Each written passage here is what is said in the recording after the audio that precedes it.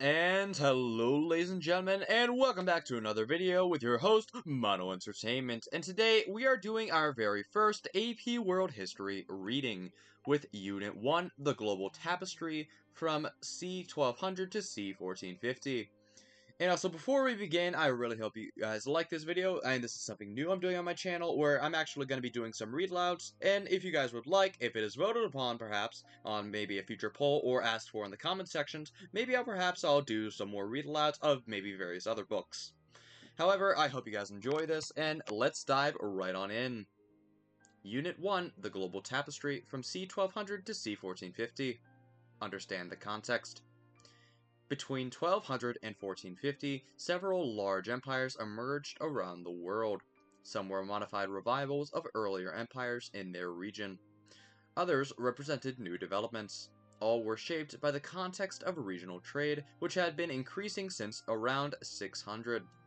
The revival of large empires. Between 1200 and 1450, the wealthiest and most innovative empire in the world was the Song dynasty in China. It was the latest in a series of states that had ruled a unified and prosperous China. Similarly, in Mesoamerica, the rise of the Aztec was influenced by an earlier empire under the Mayans.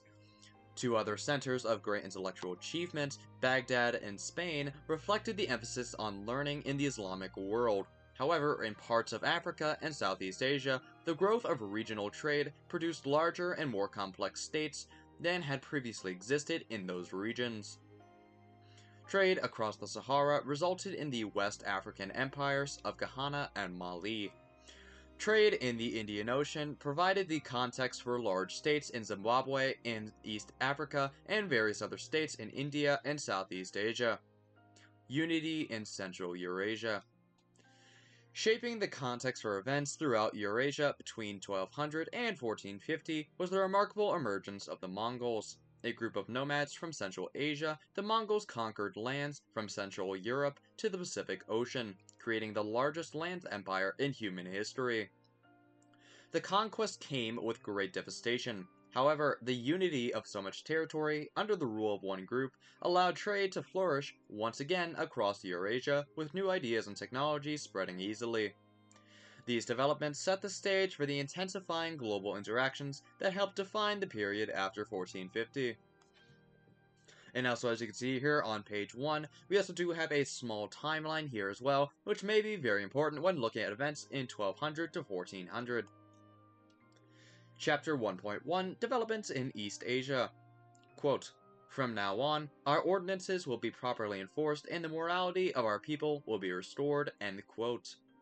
Ming Dynasty, Prohibition Ordinance, 1368 to 1644. Essential question. How did developments in China and the rest of East Asia between c. 1200 and c. 1450 reflect continuity, innovation, and diversity? The Song dynasty in China, 960 to 1279, was the leading example of diversity and innovation in Afro-Eurasia and the Americas during the 13th century. China enjoyed great wealth, political stability, and fine artistic and intellectual achievements. Neo-Confucian teachings, illustrated in the above quotation, supported the government and shaped social classes and the family system. In addition, China developed the greatest manufacturing capability in the world. However, the spread of Confucianism and Buddhism might be the most enduring testimony to Chinese influence. Government developments in the Song dynasty. The Song dynasty replaced the Tang in 960 and ruled for more than 3 centuries. They lost country of northern lands to invading pastoralists from Manchuria who set up the Jin Empire. Although the Song ruled a smaller region than the Tang, their reign was prosperous and under them the arts flourished. Bureaucracy. China's strength was partially the result of its imperial bureaucracy, a vast organization in which appointed officials carried out the empire's policies. The bureaucracy had been a feature of Chinese government since the Qing dynasty, 221 BCE to 207 BCE. It represented a continuity across centuries and dynasties. Under the Song, China's bureaucracy expanded. Early in the dynasty, this strengthened the dynasty. Meritocracy and the civil service exam. One of Emperor Song Taizou's greatest achievements was that he expanded the educational opportunities to young men of the lower economic classes so that they could score well on the civil service exams. By scoring well, a young man could obtain a highly desired job in the bureaucracy. These exams were based on knowledge of Confucian text. Because officials obtained their positions by demonstrating their merit on these exams, China's bureaucratic system was known as a meritocracy. Through the poor was vastly underrepresented in the bureaucracy, the Chinese system allowed for more upward mobility than other hiring systems of its time. However, by the end of the Song, the bureaucracy had grown so large that it contributed to the empire's weakness.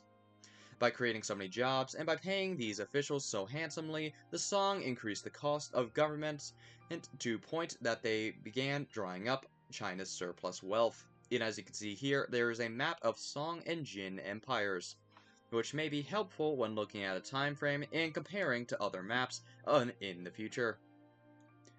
Economic developments in post-classical China. The flourishing Tang dynasty had successfully promoted agricultural developments, improved roads and canals, encouraged foreign trade, and spread technology. These accomplishments led to rapid prosperity and population growth during the Song dynasty. The Grand Canal was an inexpensive and efficient internal waterway transportation system that extended over 30,000 miles. Expanding the canal enabled China, under the Song dynasty, to become the most populous trading area in the world. Gunpowder. Although gunpowder had been invented in China in previous dynasties, innovators in the Song dynasty made the first guns. Over centuries, the technology of making gunpowder and guns spread from China to all parts of Eurasia via traders on the Silk Roads. Agricultural productivity. Sometime before the 11th century, Champa rice, a fast-ripening and drought-resistant strain of rice from the Champa Kingdom in present-day Vietnam, greatly expanded agricultural production in China. This rice and other strains developed through experimentation allowed farming to spread to lands where once rice could not be grown, such as lowlands, riverbanks, and hills. In some areas, it also allowed farmers to grow 2 crops of rice per year, a summer and a winter crop. Innovative methods of production contributed to agricultural success. For example, Chinese farmers put manure, both human and animal, on the fields to enrich the soil. They built elaborate irrigation systems using ditches, water wheels, pumps, and terraces to increase productivity. New heavy plows, pulled by water buffalo or oxen, allowed previously unusable land to be cultivated. The combination of these changes in agriculture produced an abundance of food. As a result, China's population grew quickly.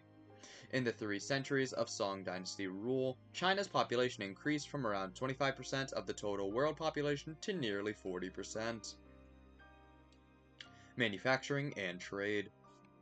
Industrial production soared, as did China's population. China's discovery of black earth, coal, in the 4th century BCE enabled it to produce greater amounts of cast iron goods. Though massive use of coal to power machines wouldn't happen until the 18th century, China did have the greatest manufacturing capability in the world. The Chinese later learned how to take the carbon out of cast iron and began to manufacture steel. They used steel to make or reinforce bridges, gates, and ship anchors. They also used steel to make religious items such as pagodas and Buddhist figurines. Steel also strengthened the agricultural equipment, contributing to the abundance of food production as well. Under the Song, and earlier than in Western Europe, China experienced proto-industrialization, a set of economic changes in which people in rural areas made more goods than they could sell. Unlike later industrialization, which featured large-scale production in factories using complex machinery, proto-industrialization relied more on home-based or community-based production using simple equipment. For example, artisans or skilled craft workers produced steel and other products in widely dispersed smelting factories under the supervision of the imperial government. Artisans also manufactured porcelain and silk that reached consumers through expanding trade networks, especially by sea. Porcelain was highly desired because it was a lightweight yet strong. Further, it was light colored so it could be easily painted with elaborate designs.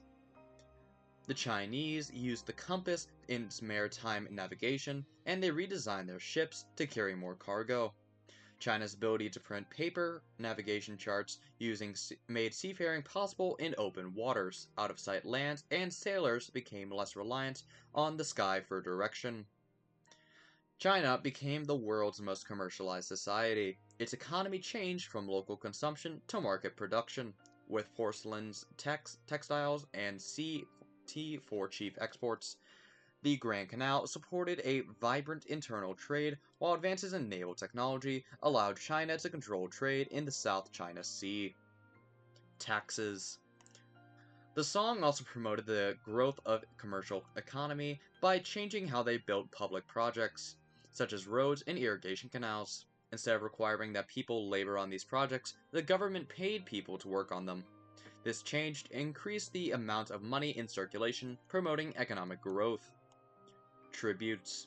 Another source of income for the government came from the tributary system, an arrangement in which other states had to pay money or provide goods to honor to the Chinese emperor. This system cemented China's economic and political power over several foreign countries, but it also created economic stability and stimulated trade for all parties involved.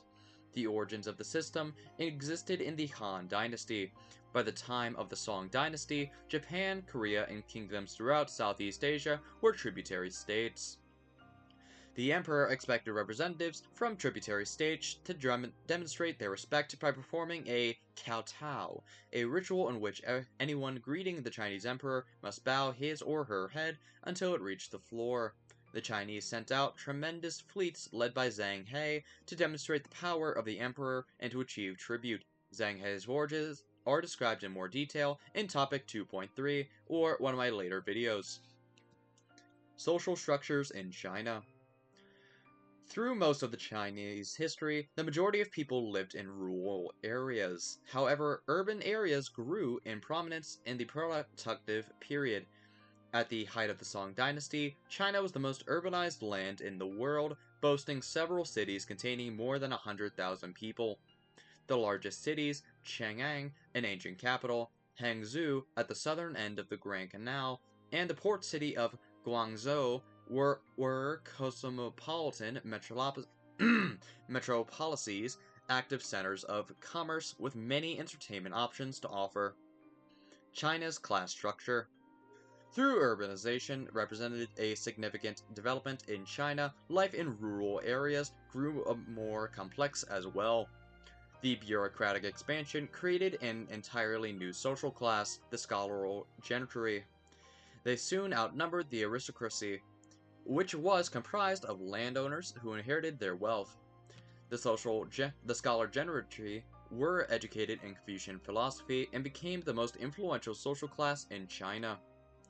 Three other classes ranked below the scholarly gentry: farmers, artisans, and merchants. The low status of merchants reflected on Confucian respect for hard work and creating value. The tasks of merchants did not require physical strength or endurance, and they simply exchanged goods without growing or making anything new.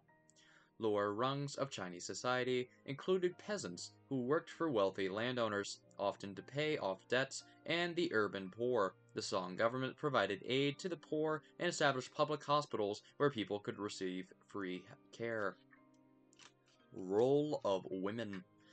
Confucian traditions included both respect for women and the expectation that they were to defer to men. This patriarchal pattern strengthened during the Tang and Song dynasties. One distinctive constraint on women's activities in China was the practice of foot binding, which became common among aristocracy families during the Song dynasty. From a very young age, girls had their feet wrapped so tightly that the bones did not grow naturally. A bound foot signified social status, something suitors particularly desired. It also restricted women's ability to move and hence to participate in the public sphere. Foot binding was banned in 1912.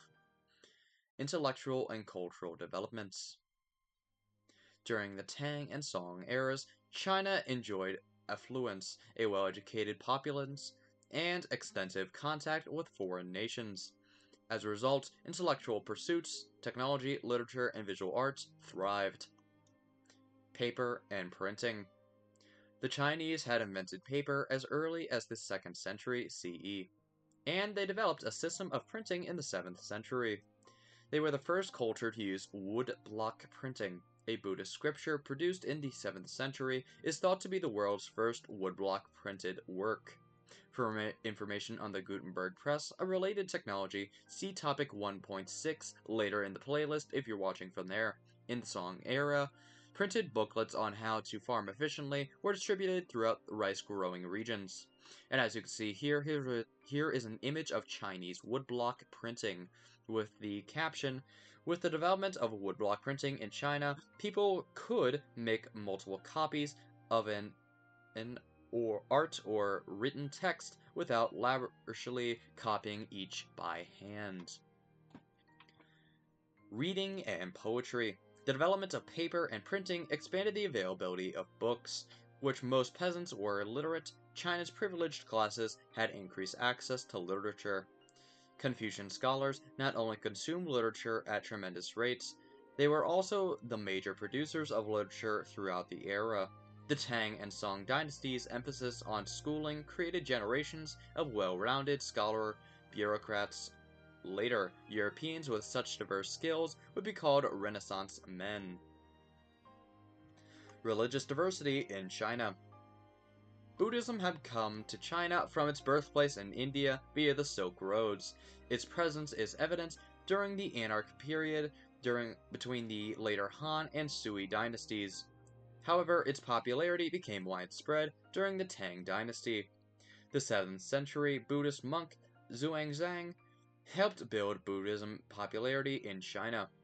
Buddhism and Daoism. 3 forms of Buddhism from India came to shape in Asia, each developing a different emphasis. Theravada Buddhism focused on personal spiritual growth through silent meditation and self-discipline. It became the strongest in Southeast Asia.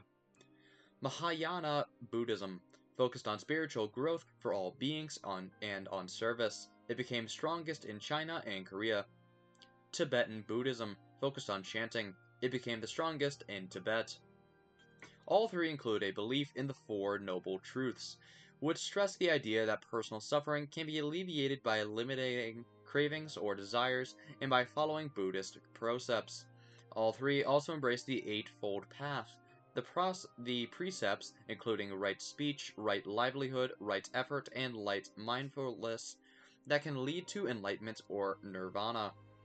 Monks introduced Buddhism to the Chinese by relating its beliefs to Daoist principles.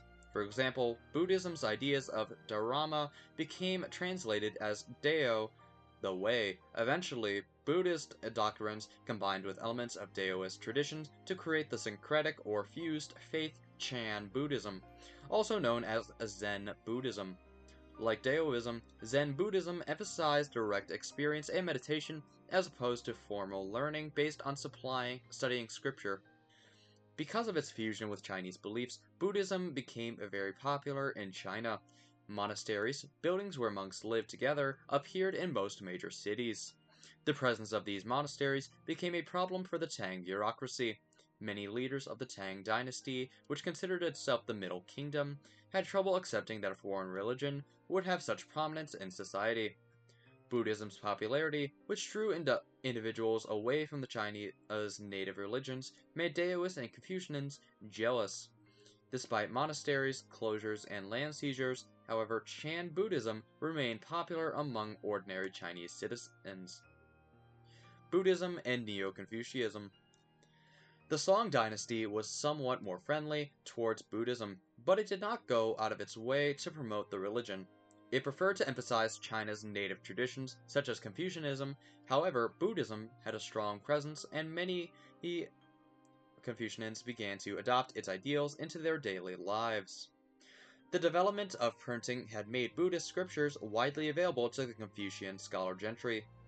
The Song dynasty benefited from the Confucian idea of filial piety, the duty of family members to support their desires to those of the male head of the family and to the ruler.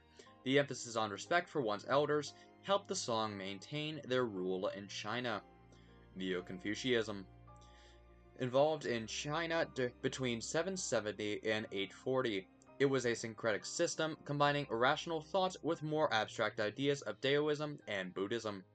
This new incarnation of Confucianism emphasized ethics rather than the mysteries of God and nature. It became immensely popular in the countries in China's orbit, including Japan, Korea, and Vietnam. Comparing Japan, Korea, and Vietnam. An important dynamic in the histories of Japan, Korea, and Vietnam was each country's relationship with China. When China was unified, its political strength, economic wealth, religious traditions, and intellectual advances and technological innovations made the world's most powerful realm. Its smaller neighbors benefited from being so close to China, but faced a challenge of maintaining their own distinctive cultures. Each had to confront this issue of signification or the assimilation of Chinese traditions and practices. Japan. Since Japan was separated from China by sea rather than land, it had more ability to control its interactions with China than Korea or Vietnam could. The impact of Chinese culture appeared in many aspects of life. Japan's Prince Sotoku Taishi, 574 to 622, promoted Buddhism and Confucianism along with Japan's traditional Shinto religion. During this era, Japan learned how to do woodblock printing from China. During the Heian period, 794 to 1185, Japan emulated Chinese traditions in politics, arts, and literature. However, Japanese writers also moved in new directions. For example, in the 11th century, a Japanese writer composed the world's first novel, The Tale of Genji. It is the story of a Japanese prince and his life at court. Particularly has many romances. Feudalism. For hundreds of years, Japan had been a feudal society without a centralized government.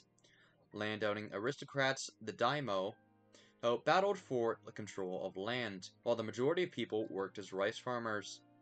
Japanese feudalism was similar to European feudalism, which is described in Topic 1.6. Both featured very little social mobility, and both systems were built upon hereditary hierarchies. In Japan, peasants known as serfs were born into lives of economic dependency, while samurai were born into their roles as protectors and daimyo were born into lives of privilege.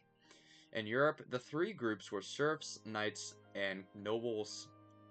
What distinguishes Japanese feudalism from that of Europe was that the daimyo enjoyed much more power than the nobility in Europe did. The daimyo ruled over vast stretches of land and in reality were more powerful than either the emperor or the shogun. By contrast, Europe's hierarchy placed the monarch above the nobility. Though there were periods when authority of the monarch wanted money and power was distributed among nobility, the main centralized power structure of European feudalism would not change until the modern industrial era. In Europe, the ideal knight held to the code of chivalry, with duty to countrymen, duty to God, and duty to women, the last expressed through country love and the virtues of gentleness and graciousness. In China, the code was known as Bushido, and stressed in fragility, loyalty, and martial arts, and honor unto death. Japan also differed from China in how it was governed. China was ruled by an emperor who oversaw a large civilian bureaucracy. For much of its history, China had a central government strong enough to promote trade and peace. In contrast, when the Heian court declined, a powerful land-owning family, the Minamoto clan, took charge. In 1192, the Minamoto installed a shogun, or military ruler, to reign through Japan, and though Japan still had an emperor, he had little power. For the following 4 centuries, Japan suffered from regional rivalries among aristocrats. Not until the 17th century would shoguns create a strong central government that could unify the country. Korea. Korea's location gave it a very direct relationship with China. The countries shared a land boundary, and China extended both the North and South Korea. Similarity to China. Through its tributary relationship, Korea and China were in close contact. Thus, Korea emulated many aspects of Chinese politics and culture. It centralized its government in the style of the Chinese. Culturally, Koreans adopted both Confucian and Buddhist beliefs. The educated elite studied Confucian classics, while Buddhist doctrine attracted the peasant masses. Koreans adopted the Chinese writing system, which proved to be very awkward. The Chinese and Korean languages remained structurally very different. In the 15th century, Korea began its own writing system. Powerful aristocracy. One important difference between Korea and China was the land aristocracy were more powerful in China than in Korea. Were more powerful in Korea than in China. As a result, the Korean elites were able to prevent certain Chinese reforms from ever being implemented.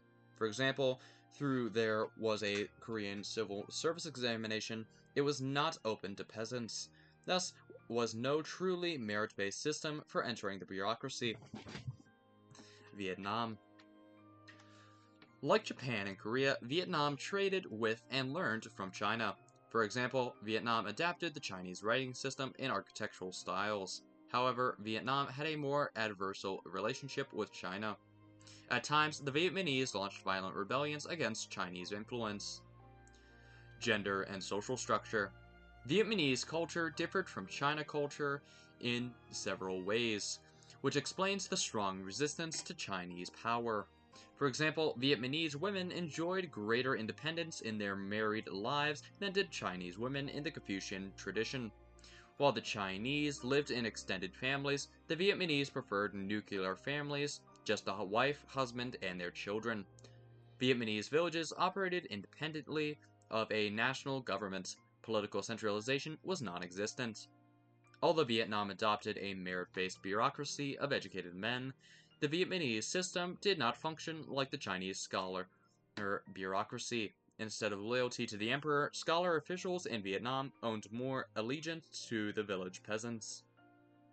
In fact, Vietnamese scholars or officials often led revolts against the government if they deemed it too oppressive. Vietnamese women resented their inferior status under the Chinese. In particularly, they had rejected the customs of foot binding and polygamy, the practice of having more than one wife at the same time. In spite of Vietnamese efforts to maintain the purity of their own culture, sinification didn't occur. Military conflict with China. As the Tang dynasty began to crumble in the 8th century, Vietnamese rebels pushed out China's occupying army. In their battle against the Chinese, they showed a strong capacity for guerrilla warfare, perhaps due to their deep knowledge of their own land. Key terms by theme. Economics, China. Champa rice, Proto-Industrialization, artisans. Society, China. Scholar gentry, filial piety. Environment, China. Grand Canal. Government, China. Song dynasty, imperial bureaucracy, meritocracy. Technology, China. Woodblock printing. Culture, China. Foot binding, Buddhism. Theravada Buddhism. Mahayana Buddhism. Tibetan Buddhism. Syncretic. Chan Zen Buddhism. Neoconfucianism. Government, Japan. Heian period. Culture, Vietnam. Nuclear families. Polygamy. However, ladies and gentlemen, that's going to do it for today's episode, and I hope you really enjoyed our first reading of the AP World History Modern AMSCO textbook. I certainly did, and honestly, it really is bringing a couple of memories back, because honestly, this certainly was a very influential chapter, because it really does show a major contrast in China in the past, and China in what would later be some of its own worst years, like in the 1800s, or the 19th century, in other words, where it would suffer many embarrassments, such as shown through the Opium War, Taiping Rebellion, and various others, as well as its own division into spheres of influence. However, ladies and gentlemen, I really hope you enjoyed the video. Please like the video, hit the subscribe button, and also make sure to hit the notification bell to stay up to date and when I post more content. Coming right up next is Chapter 1.2. And again, remember, ladies and gentlemen, stay safe, stay happy, and remember Stay entertained.